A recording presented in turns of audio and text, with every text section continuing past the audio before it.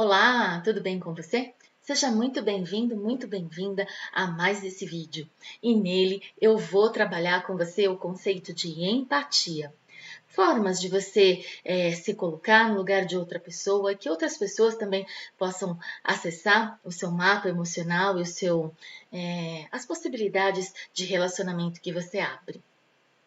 Eu sou Angélica Domingues, sou mentora e desenvolvedora, criadora do método de alta performance socioemocional, que é um método exclusivamente pensado para que as pessoas adquiram equilíbrio emocional e alcancem sucesso e felicidade em suas vidas. Se você for conversar com alguém, você vai encontrar a explicação de que empatia é se colocar no lugar do outro. Me parece, a princípio, um processo muito simples e fácil de ser feito, né? Mas empatia é muito mais do que isso e eu vou explicar vários pontos importantes do conceito, da prática e da conexão entre pessoas aqui nesse vídeo. Antes de entender o conceito de empatia, nós temos que entender o conceito de compreensão de informações e de comunicação. É lógico que eu sei e você sabe que todas as pessoas compreendem as informações de formas diferentes. Aqui, nesses meus vídeos do YouTube, eu tenho um vídeo chamado Comunicação Sensorial. Nele, você vai conseguir identificar sistemas de representação, que é a forma como a pessoa recebe as informações do mundo, processa e se comunica. Esse vídeo é fundamental para entender alguns conceitos que eu vou trabalhar aqui com você. Então, o primeiro passo para um processo empático eficaz é saber ou entender de que cada pessoa tem um tipo de compreensão. Então, se colocar no lugar do outro, em primeiro lugar, ver o que o outro vê, ouvir o que o outro ouve e sentir o que ele sente e processar a informação da mesma forma que ele, responder ou compreender as situações da forma como a outra pessoa responderia ou compreenderia. É se despir de qualquer forma de julgamento, de compreensão ou interferência dentro de um processo de comunicação. É um pouco mais complexo, não é? Então, vamos lá. Para que eu realize um processo de empatia, em primeiro lugar, eu preciso observar os fatos, livrar os julgamentos e os rótulos, influências e opiniões de outras pessoas. Atente-se ao fato, ao que é sem valorização ou desvalorização de um determinado contexto ou situação. Esses fatos trazem mais crédito ao seu julgamento. E quando você tem crédito e tem maior segurança e verdade, ao se comunicar com a outra pessoa, ela recebe essas informações de que está se comunicando com alguém que é confiável. E confiabilidade e empatia são dois conceitos, dois fundamentos que caminham lado a lado. Trabalhar com empatia significa mudar o foco, mudar o seu olhar, mudar o seu paradigma. Ao invés de trabalhar com os seus conceitos, é trabalhar com o olhar, o sentimento e as habilidades do outro, ou de todos. Se você é um líder, por exemplo, se colocar empaticamente no lugar dos seus colaboradores. Em alguns momentos individualmente, em outros momentos de forma mais coletiva e abrangente. Angélica, lá no começo do vídeo você me disse que julgar é um valor e que nós deveríamos nos despir desses julgamentos e valores para acessar um comportamento mais empático. Muito bem, perfeito, é exatamente isso. Esses juízos de valores faz com que você julgue a pessoa ou a situação a partir das suas próprias crenças. E empatia é entrar e compreender as crenças de outras pessoas ou outros grupos. Um processo empático exige de nós uma atenção com relação àquilo que é real e o que é interpretado. Real, nós vamos considerar aquilo que está acontecendo no território, no que está externo a você, e o que é interpretado é quando você aplica sobre determinada situação ou fato ou pessoa um juízo de valor. Existem basicamente 4 situações em nossa rotina em que nós aplicamos juízo de valor e essas situações devem ser evitadas ou controladas. A primeira situação é a situação do aconselhamento ou da educação.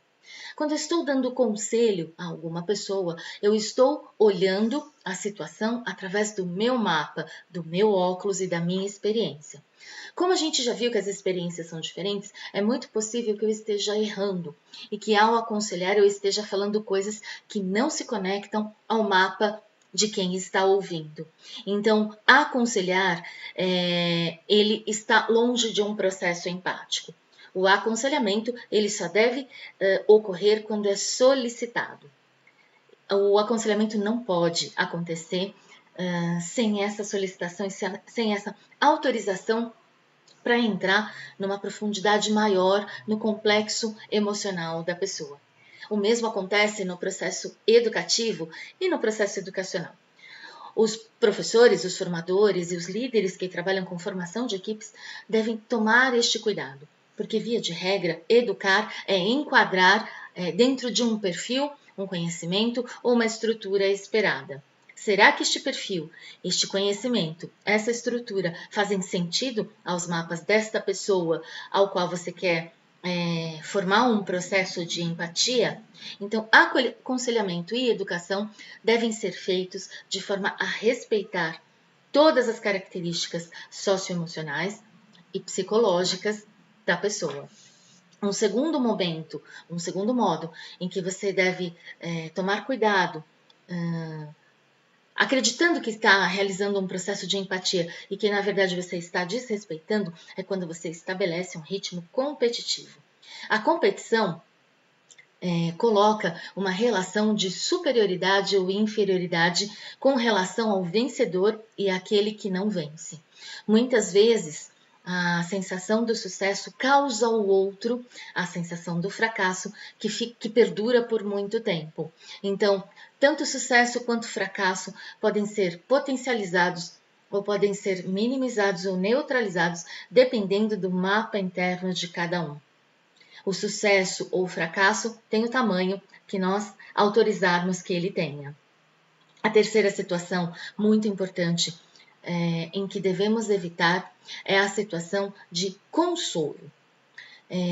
O consolo, ele na verdade é julgar o outro a partir das nossas dores, os nossos sofrimentos e os nossos critérios. O consolo também necessita de uma autorização prévia da outra parte, e consolar não é se colocar de forma empática. Não é ver, ouvir, sentir e agir como o outro pensaria, como o outro agiria. É, através dos seus filtros, colocar critério de valor e achar ou julgar a dor do outro. Muito cuidado. O consolo é uma das situações que aparecem como um contravalor da empatia. E importante também uma situação pouco empática, a de encerrar o assunto. Se eu encerro o assunto, significa que a contribuição do outro ela é insignificante, ou que eu não estou dando a atenção necessária que o outro exige de acordo com os critérios dele e não com o nosso. Ser um líder e praticar a empatia é um grande desafio. Exige muito estudo, muito aprofundamento, muita observação e registro para que você tenha o mapeamento da sua equipe ou do seu time. Nesse sentido, existem 4 passos fundamentais para estabelecer uma relação empática. O passo número 1: observe. Observe a situação, a pessoa, o contexto a partir do ponto de vista do paradigma do outro somado ao seu. Diversos pontos de vista são enriquecedores. Dá um pouco mais de trabalho, mas com certeza vai ampliar as suas informações e possibilitar que você escolha o melhor recurso de interferência naquele contexto. A partir da sua observação, gere um sentimento. Então, qual é o sentimento? Ou compreenda que sentimento está pautando esta relação, esta ponte e esta conexão. A partir de entender qual é o sentimento, compreenda a necessidade, o porquê, ou para onde aquela situação, aquele movimento, aquele desafio está te levando. E o último passo, tão importante quanto os demais, é desenvolver uma ação. Peça autorização para outra pessoa para ajudá-la, ou espere que ela peça ajuda a você. Na medida em que uma pessoa te solicita uma ajuda ou um apoio, ela abre a estrutura emocional e o mapa mental dela e vai passar a te ver, a te ouvir e a sentir emoções a partir das tuas referências. E você passa a ter para ela um verdadeiro modelo. E eu tenho certeza que seguindo esses passos, trabalhando as informações que eu trouxe aqui para você nesse vídeo, você está aumentando a sua assertividade, a sua obtenção de resultados e a sua eficácia, que é causar ou gerar transformações de longo prazo a partir de atitudes ou ações planejadas, pensadas e estruturadas a partir de uma base de conhecimentos e a partir da ampliação de um repertório ao lidar com diversas situações. Espero verdadeiramente que esse conteúdo tenha te ajudado em suas questões de gestão. Se você está fazendo gestão de processos, projetos, pessoas ou situações, ou a gestão da sua própria vida. Aproveita, deixa um like lá, aperta no polegarzinho e deixa um comentário bem bacana aqui nesse vídeo e pode compartilhar esse conteúdo, essa informação com todos que forem importantes para vocês. E aqueles que você observa que está passando por alguma dificuldade no campo financeiro, emocional, às vezes o que a gente está tratando aqui pode fazer muita diferença na tomada de decisão dessa pessoa. Eu te espero no próximo vídeo.